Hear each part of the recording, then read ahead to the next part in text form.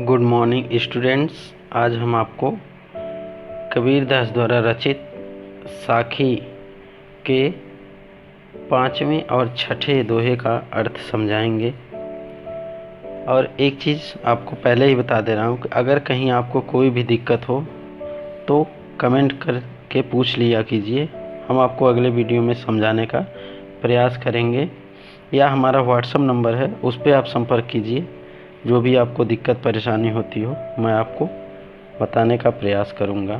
तो चलिए, 5वां दोहा है, अंखड़ियाँ झाई पड़ी पंथ निहार निहार, जी भड़ियाँ छाल्या पड़िया राम पुकार पुकार।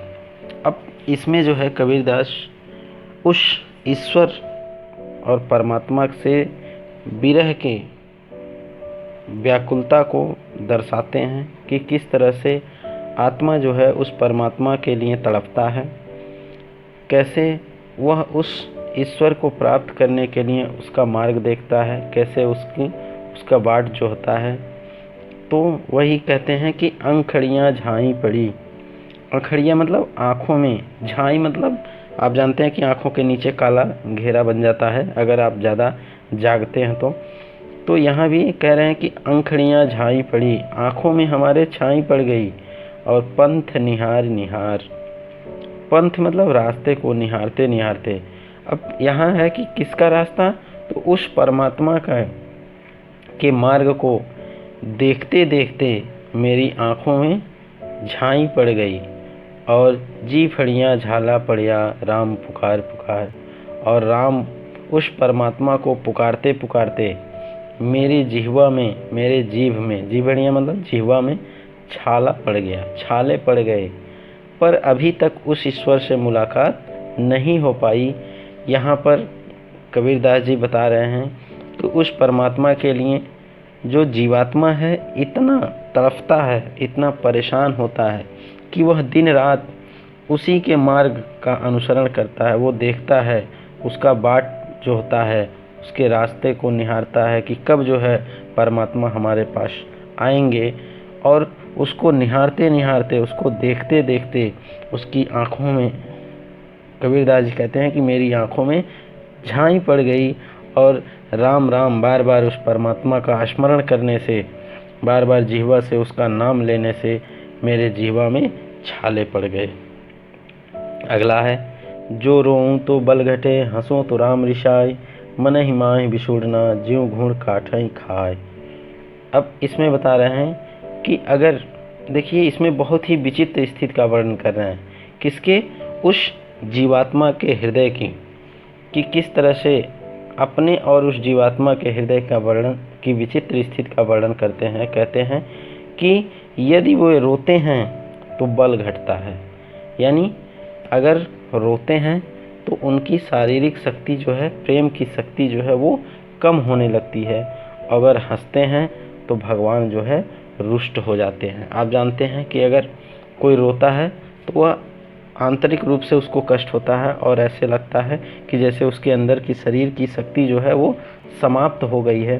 उसी तरह से कबीरदास जी कहते हैं कि अगर वह उस परमात्मा के लिए रोता है तो उसके शरीर का बल जो है, जो प्रेम की शक्ति है वो कम हो जाती है। और अगर वो हंसता है, आप जानते ही हैं कि अगर आपके सामने कोई आ जाए और उसको देखकर आप हंसें तो सामने वाला क्या करेगा, ये समझेगा कि लग रहा है मेरा मजाक बना रहे हैं, इस नाते वो आपसे नाराज़ हो जाएगा, रुष्ट हो जाएगा। तो उसी तरह से यहाँ भी कह रहे हैं कि हंसो तो राम रिसाए, कि अगर वे हंसते हैं तो राम जो है, जो उनके परमात्मा हैं, जो आराध्य देव हैं, जो उनके ईश्वर हैं, वो नाराज़ हो जाएंगे।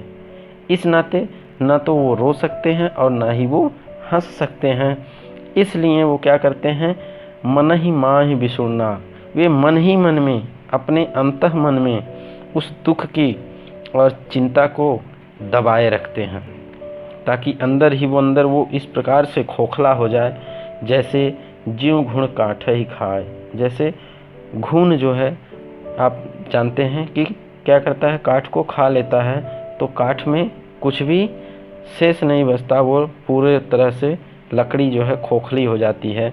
उसी तरह से यहाँ कबीरदास जी कहते हैं कि अगर मैं उस परमात्मा के लिए रोता हूँ तो मेरी शक्ति कम होती है और मैं अगर हंसता हूँ तो वह परमात्मा हमसे रूठ जाएगा। इसलिए मैं अपने इस हृदय की जो चिंता और दुख है उसको मन ही मन अपने अंदर दबा कर रखते हैं, ताकि वो अंदर ही अंदर इस प्रकार खोखला होता रहे जैसे दीमक, मतलब जो घुन, यहाँ दीमक से है कि जो घुन के खाने से लकड़ी जो है खोखली हो जाती है, उसी तरह से यह भी अपने आप को कर देना चाहते हैं। यहाँ कबीर ने एक अत्यंत विचित्र स्थिति का, न तो वो हंस सकते हैं न ही वो रो सकते हैं, और मन ही मन बिछुड़ना मतलब मन ही मन वो अपने क्या करते हैं, उस आराध्य देव से मिलने के लिए अंदर ही अंदर वो कष्ट सहते हैं, गहरे दुख को व्यक्त करते हैं, और वो यह चाहते हैं कि मैं अंदर ही अंदर से इतना खोखला हो जाऊं कि जैसे जो है घुन के खाने के बाद लकड़ी जो है पूरी तरह से खोखला हो जाता है, उसी तरह से मेरा भी शरीर हो जाए। धन्यवाद।